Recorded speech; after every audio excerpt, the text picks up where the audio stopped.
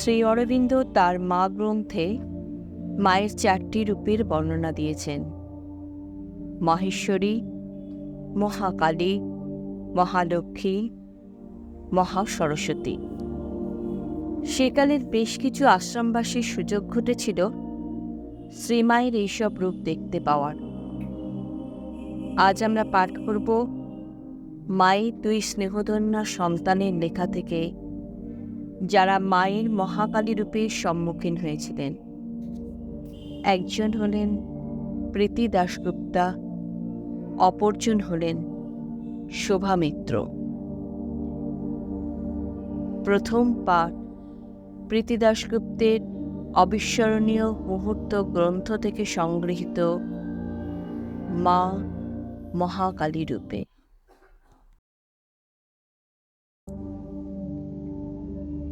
প্রতি বছর কালী পূজার দিনে মা জরির ফুল তোলা লাল বেনারসি শাড়ি পরে নিচের মেডিটেশন হলে নেমে আসতেন। সবাইকে আশীর্বাদী ফুল দিতেন।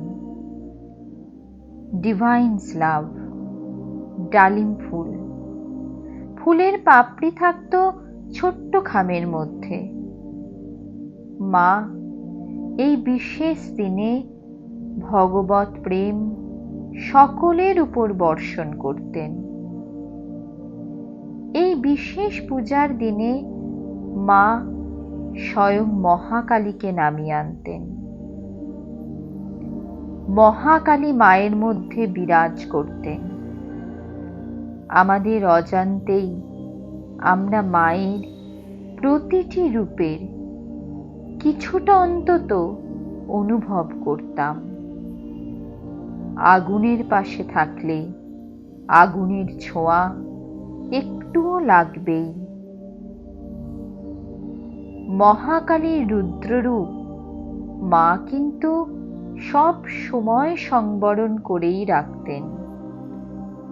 তবুও মাঝে মাঝেই তার এই তেজস্বী রূপ প্রকাশ হয়ে পড়ত। একদিনের একটা ঘটনা মনে পড়ে গেল। একটি 22-23 বছরের তরুণ মায়ের কাছে গিয়ে উদ্ধতভাবে মায়ের সঙ্গে কথা বলছে। তার কথার ধরন ও ব্যবহার ক্রমে মাত্রা ছাড়িয়ে গেল। আমি এই ছেলেটির পিছনেই ছিলাম।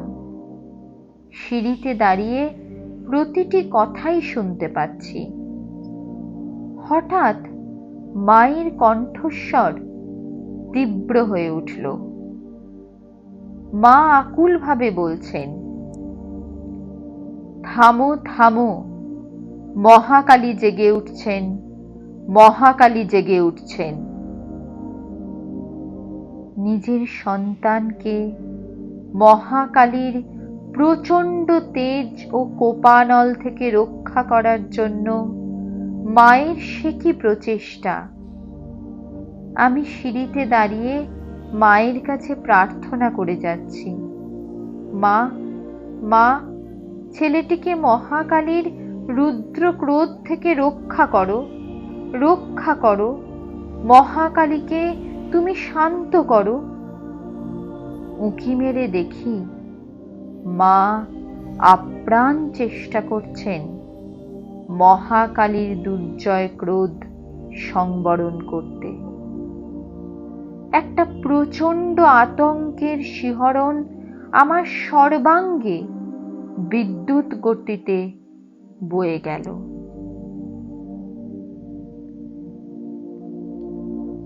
এই তো কবছর আগে মাকে যখন জিজ্ঞাসা করেছিলাম, তুমি কি মা মহাকালী? মা মাথা নেড়ে সম্মতি জানিয়েছিলেন। আজ মা নিজেই বলছেন, থামো থামো, মহাকালী জেগে উঠছেন, মহাকালী জেগে উঠছেন। মায়ের সেই বিরাট মহীয়সী চেহারা ও দৃপ্ত ভঙ্গি আমার মানসপটে ভেসে উঠল। শেষ পর্যন্ত ছেলেটি মায়ের কৃপায় শান্ত হলো, আশীর্বাদী ফুল নিয়ে নেমে গেল। কি প্রচণ্ড বিপর্যয়ের হাত থেকে ছেলেটি আজ মায়ের অসীম কৃপায় উদ্ধার পেল, সেটা যদিও বুঝতে পারত।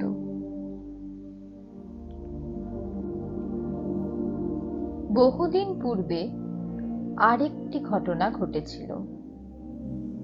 ওই যুগে প্রতিটি সাধকেরই নানা রকম এক্সপেরিয়েন্স হতো। প্রত্যেকেই মা ও শ্রী অরবিন্দের করুণায় সাধনার বহু উচ্চ স্তরে অনায়াসে প্রবেশ করতেন। একজন সাধক এতই বেশি মহামূল্যবান এক্সপেরিয়েন্স সব লাভ করতেন যে তিনি নিজেকে আর সামলাতে পারলেন না। একদিন মায়ের কাছে গিয়ে সদর্পে বলে উঠলেন, আই অ্যাম শ্রী অরবিন্দ। আর যাবে কোথায়? মা হুঙ্কার দিয়ে উঠলেন, হোয়াট ডু ইউ সে? মহাকালী জেগে উঠেছেন। সাধকটি তখন মায়ের ভয়ঙ্করী রূপ দেখে এতই ভয় পেয়েছেন যে আকুল ভাবে শ্রী অরবিন্দকে ডাকতে শুরু করলেন, শ্রী অরবিন্দ, আমাকে রক্ষা করো, আমাকে রক্ষা করো। তার আকুল ডাক শুনে শ্রী অরবিন্দ ছুটে বেরিয়ে এলেন। মায়ের কাছে এসে মাকে অনুনয় করে বললেন, Mother, forgive him for this time. Shri Aurobindo বারবার মাকে অনুরোধ করতে লাগলেন, Mother, forgive him for this time. মা, এবারের মতো রক্ষা করো। মা মহাকালী রূপ সংবরণ করে নিলেন। মাঝে মাঝেই মায়ের এই তেজস্বী রূঢ় রূপ প্রকাশ হয়ে পড়ত। সামান্য ত্রুটি পর্যন্ত মা সহ্য করতে পারতেন না। তার দুর্বার তেজ, দুর্বার তীব্রতা, দিব্য প্রচণ্ডতা মাঝে মাঝেই প্রচণ্ড আগ্নেয়গিরির মতো বেরিয়ে আসত। জ্ঞানহীন, তমগ্রস্ত যা কিছু, তার উপর তিনি কঠোর হস্ত। আর এই ঘটনাও মানুষের বিশ্বাসঘাতকতা ও দুষ্ট ইচ্ছার জ্বলন্ত পরিচয় দিচ্ছে। শ্রী অরবিন্দ মা বইখানাতে মহাকালীর রূপ বর্ণনা করেছেন এইভাবে, বিশ্বাসঘাতকতার, বিদ্বেষের বিরুদ্ধে তার ক্রোধ সদা উদ্যত, নিদারুণ। দুষ্ট ইচ্ছা তার কষাঘাতে সদ্য সদ্য জর্জরিত। শ্রী অরবিন্দ স্বয়ং মাকে অনুরোধ করাতে ওই জ্ঞানহীন তমগ্রস্ত সাধকটি রক্ষা পেয়ে গেলেন। চোখের সম্মুখে এই দৃশ্য ভেসে উঠছে। শ্রী অরবিন্দ মায়ের রুদ্র ভয়ঙ্করী তেজস্বী রূপের কাছে অনুনয় করে বলছেন, mother, forgive him for this time. স্বয়ং শিব মহাদেব মহাকালীর প্রচণ্ড তেজ নিজের মধ্যে ধারণ করলেন। প্রমোদ কুমার চট্টোপাধ্যায়ের একটি বিখ্যাত পেন্টিং দেখেছিলাম, অপূর্ব সুন্দর। স্বয়ং মহাদেব মহাকালীর চরণতলে শায়িত। মহাকালী সমস্ত সৃষ্টিকে ধ্বংস করবার জন্য নাচতে নাচতে এগিয়ে আসছেন। তার তখন ভয়ঙ্করী রূপ, মিথ্যাচার, ভাগবত কর্মে এতটুকু অবহেলা তিনি আর সহ্য করবেন না। মহাদেব প্রমাদ গুনলেন। তিনি মহাকালীর চরণতলে শুয়ে পড়লেন।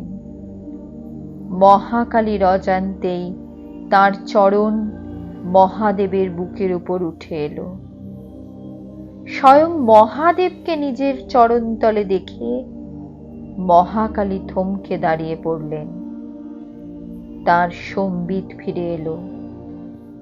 রণরঙ্গিনী মহাকালী শান্ত হলেন। সৃষ্টি রক্ষা পেল।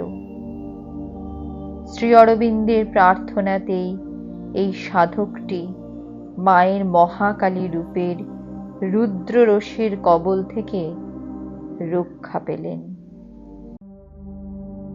দয়া দিয়ে হবে গো মোর জীবন ধুতে,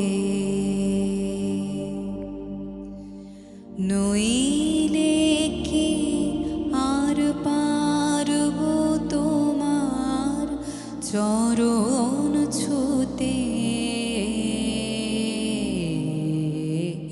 দয়া তব দয়া, তব দয়া দিয়ে হবে গো মোর জীবন ধুতে।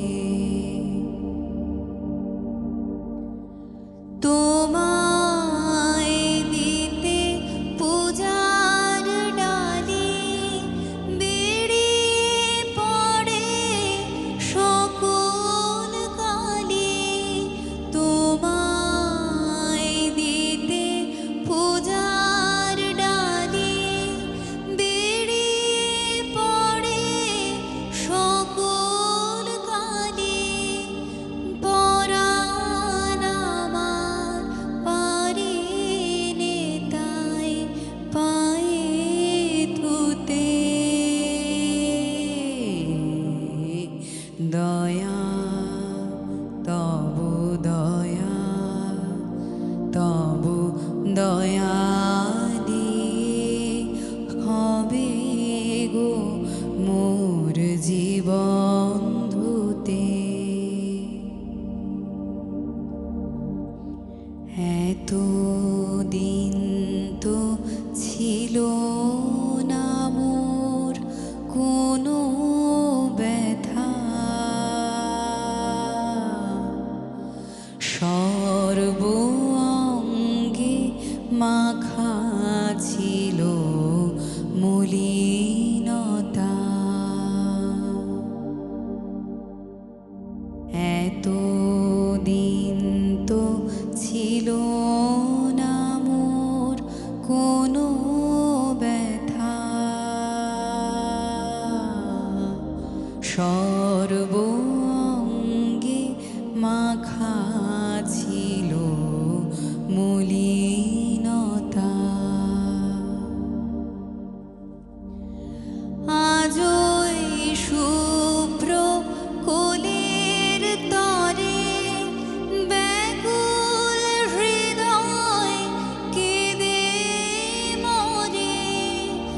আজই শুভ্র কোলের তরে ব্যাকুল হৃদয় কেঁদে মরে।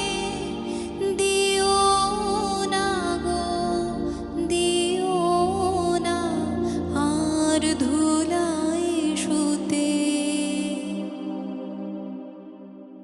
দয়া তব দয়া, তব দয়া দিয়ে হবে গো মোর জীবন ধুতে।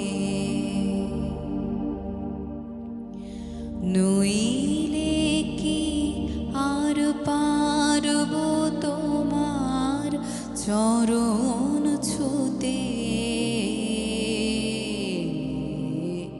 দয়া তব দয়া, তব দয়া দিয়ে হবে গো মোর জীবন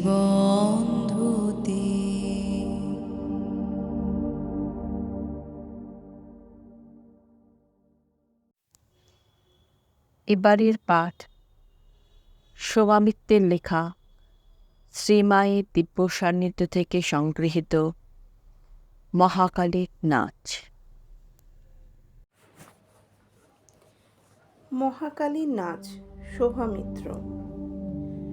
এই ঘটনাটি আমার জীবনে ঘটেছিল যখন আমার বয়স অনেক অল্প।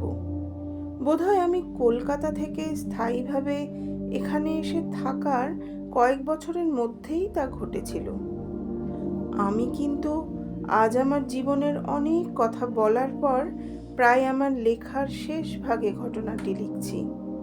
তার কারণ এই ঘটনাটি যে অভিজ্ঞতা রেখে গেছে তা আমার জীবনের অল্প কয়েকটি অত্যাশ্চর্য ঘটনার মধ্যে একটি। আমার জীবনে তা চিরস্মরণীয় হয়ে আছে। হয়তো এটা না ঘটলে আমি বিশ্বাস করতাম না এমন অভিজ্ঞতা মানুষের হয়। যাই হোক, ফিরে আসি আসল বক্তব্যে। যে বছরের কথা বলছি সে বছর অনুবেন, আমার নাচের শিক্ষয়িত্রী, 1 ডিসেম্বরে মহিষাসুর মর্দিনী নামে একটি নৃত্যনাট্য করেছিলেন। গল্পটি নৃত্যনাট্যের সাধারণ আঙ্গিকেই ছিল। মা দুর্গার 4টি রূপ দেখানো হয়েছিল এবং নৃত্যনাট্যের অনেক চরিত্র শ্রীমা বেছে দিয়েছিলেন, যেমন মা দুর্গা, অনুবেন, মহেশ্বরী, গৌরী অর্থাৎ পিন্টো, মহালক্ষ্মী লাইট, মহাসরস্বতী ঝুমুর ও মহাকালী শোভা। এছাড়া 3টি অসুর শুম্ভ, নিশুম্ভ ও রক্তবীজ হয়েছিল বোধহয় মনা, বিশ্বেশ্বর ও নিরঞ্জন। এদের শ্রীমা বেছেছিলেন না অনুবেন তা এখন আমার মনে নেই। গল্পটি ট্র্যাডিশনাল। নৃত্য পরিকল্পনা ও পরিচালনা অনুবেন, সঙ্গীত পরিচালনা সুনীলদা। সুনীলদার সঙ্গীতে তখনও ভারতীয় ভাবধারাই ছিল, তার নতুন রূপ নেয়নি। তবে সুনীলদার সঙ্গীতে সর্বদাই তার একটা নিজস্ব ঢং ছিল যা অতি মনোগ্রাহী। অনুবেনের নাচ তৈরি হয়ে গেছে।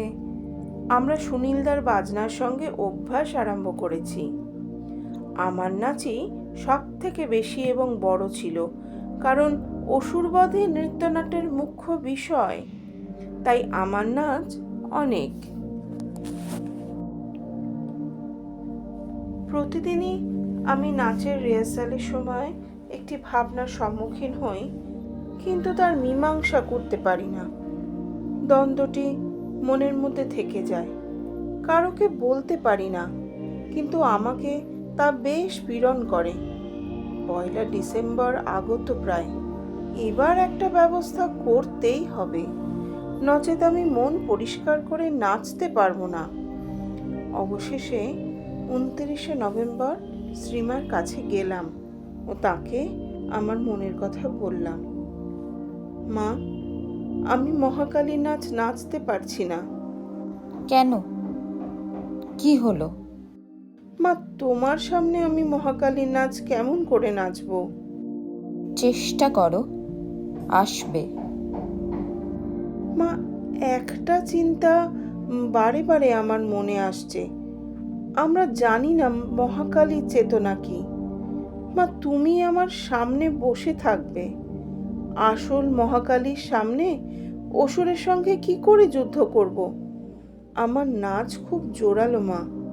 আমি কিভাবে এই যুদ্ধ তোমার সামনে করব?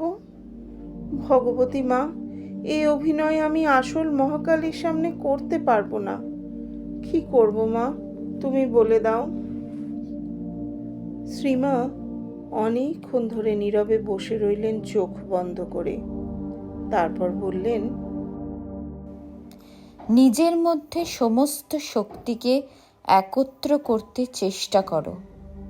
এবার এই একীভূত শক্তিকে যেসব দোষ ত্রুটি তোমার স্বভাবে আছে, যে সম্বন্ধে তুমি সচেতন, সেই দোষ ত্রুটির উপর তোমার ওই একীভূত ঘনীভূত শক্তিকে প্রয়োগ করো তাদের ধ্বংস করার জন্য। তোমার প্রকৃতি থেকে তাদের ধ্বংস করে ফেলতে চেষ্টা করো। আমি ভাবছি এটা ঠিক হবে।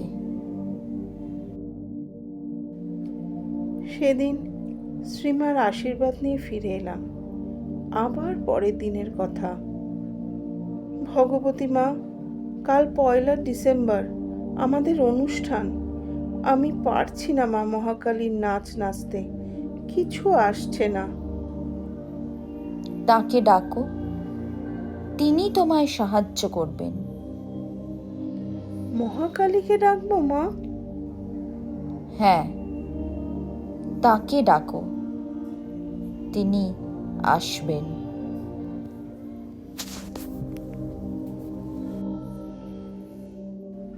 আমি ডাকছি মা, তুমি এসো, তুমি এসো, তুমি এসো। এরপরে শ্রীমা আমার ওপর অনেকক্ষণ ধরে মনোনিবেশ করলেন। দুজনের মধ্যে কোনো কথা নেই। আমি তাকে প্রণাম করে চলে এলাম।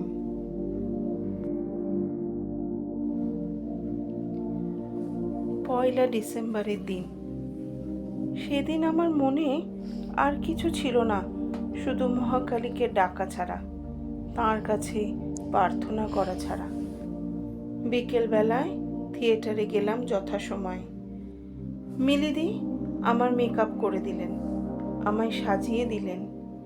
লাল ও সোনালি জরির পাড় বেনারসি শাড়ি, চুল খোলা, মাথায় মুকুট ও প্রচুর গহনা, হাতে একটি বিরাট টিনের খড়গ।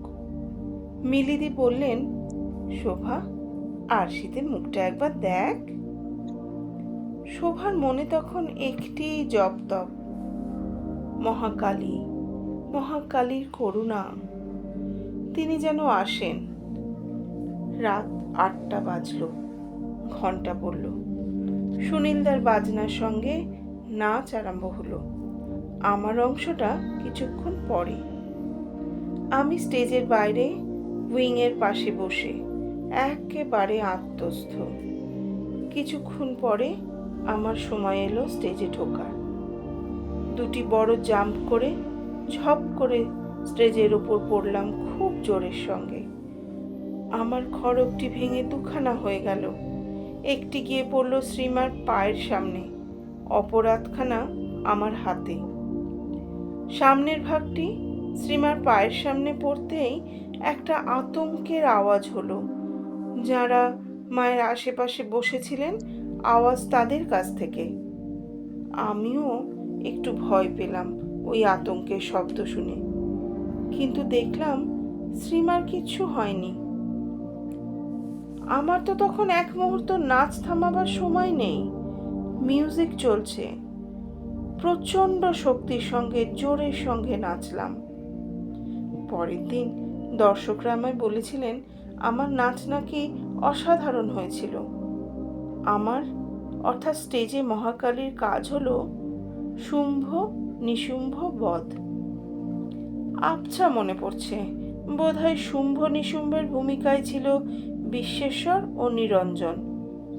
মহাকালী তাদের বধ করার আগেই দেখছি 2 অসুরের দেহ রক্ত মাখা, একজনের গলায় লেগেছে, আরেকজনের হাত দিয়ে রক্ত পড়ছে।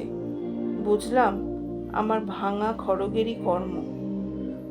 তখন আমার শরীরে এমন একটা শক্তি নেমেছে যে আমি কারোর পরোয়া করছি না। প্রচণ্ড শক্তি দিয়ে প্রচণ্ড উদ্দামে নাচছি, অসুর বধ করছি।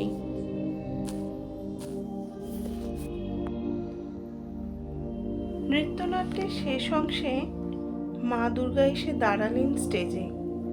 তার পা অসুরের বুকের ওপর।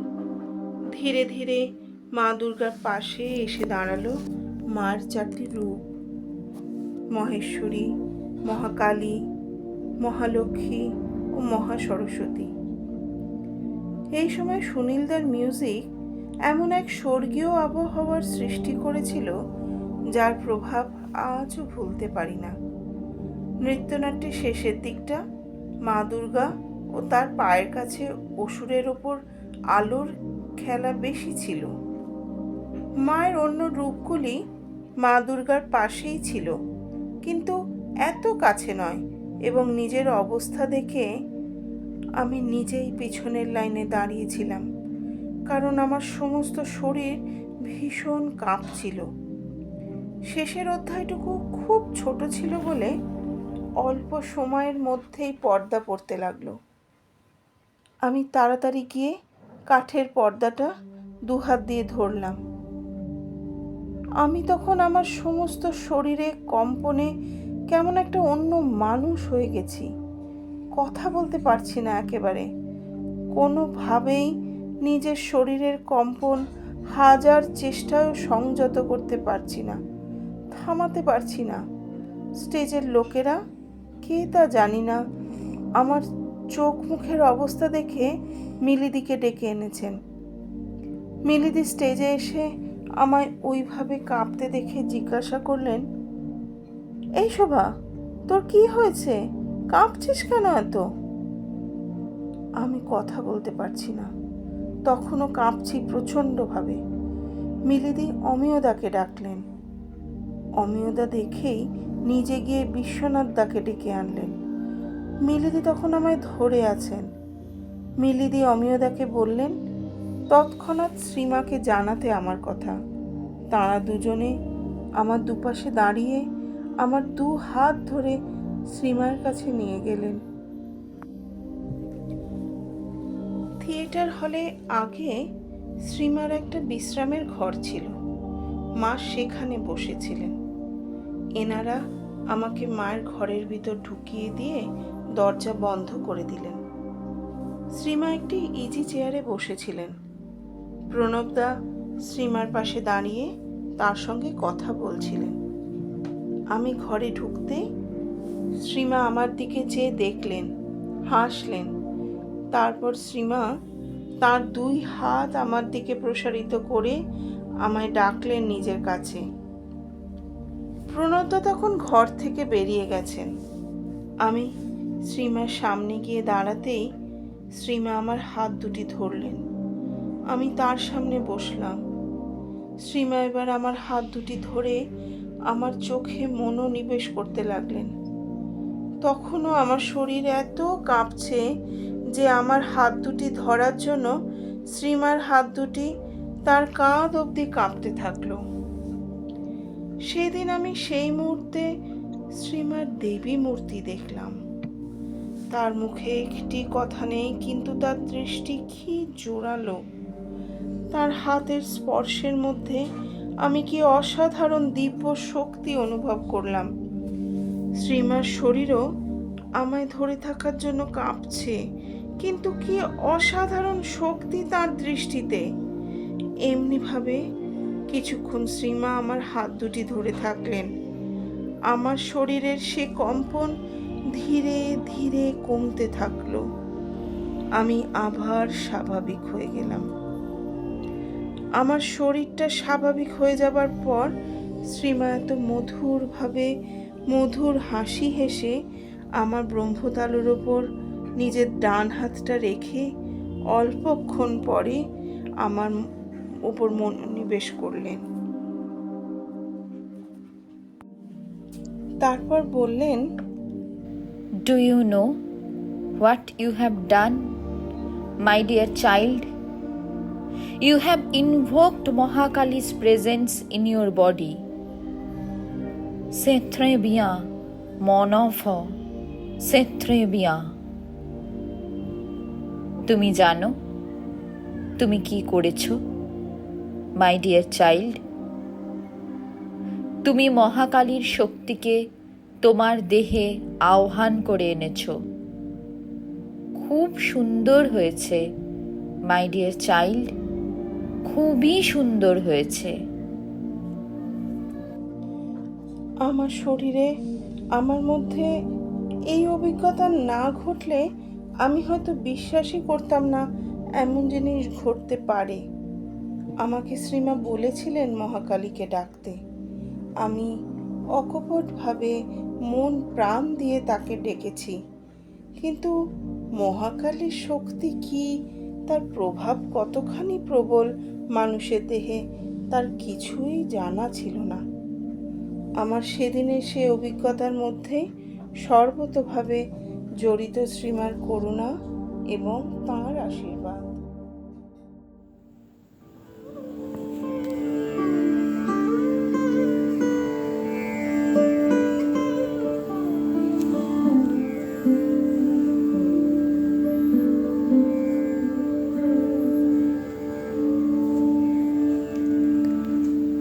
ডাকিলে যদি দিও না যেতে, ঘিরিয়া মোরে দাঁড়াও। তোমারই ভালোবাসার মতো তোমারে ভালোবাসাও। ডাকিলে যদি দিও না যেতে, ঘিরিয়া মোরে দাঁড়াও। ভাঙিয়া মম অতল কালো, আনিলে যদি অসীম আলো, তবে সে সুরে মম কণ্ঠে তব দীপন বাণী জাগাও। ডাকিলে যদি দিও না যেতে, ঘিরিয়া মোরে দাঁড়াও। জীবন তব চরণে বাঁধি, করগো চির চলার সাথী। তরণী মম আপন হাতে, আপন পানে ভাসাও। ডাকিলে যদি দিও না যেতে, ঘিরিয়া মোরে দাঁড়াও।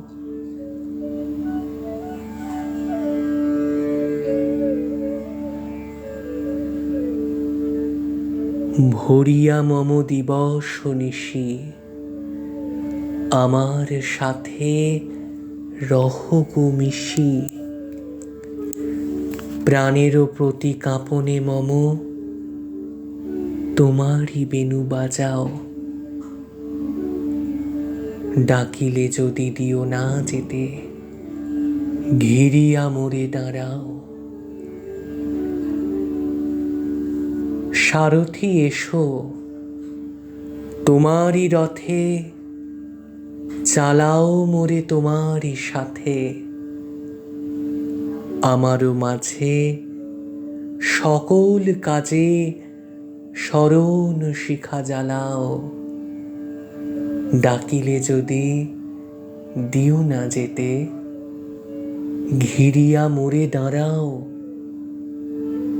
তোমারই ভালোবাসার মতো তোমারে ভালোবাসাও। ডাকিলে যদি দিও না যেতে,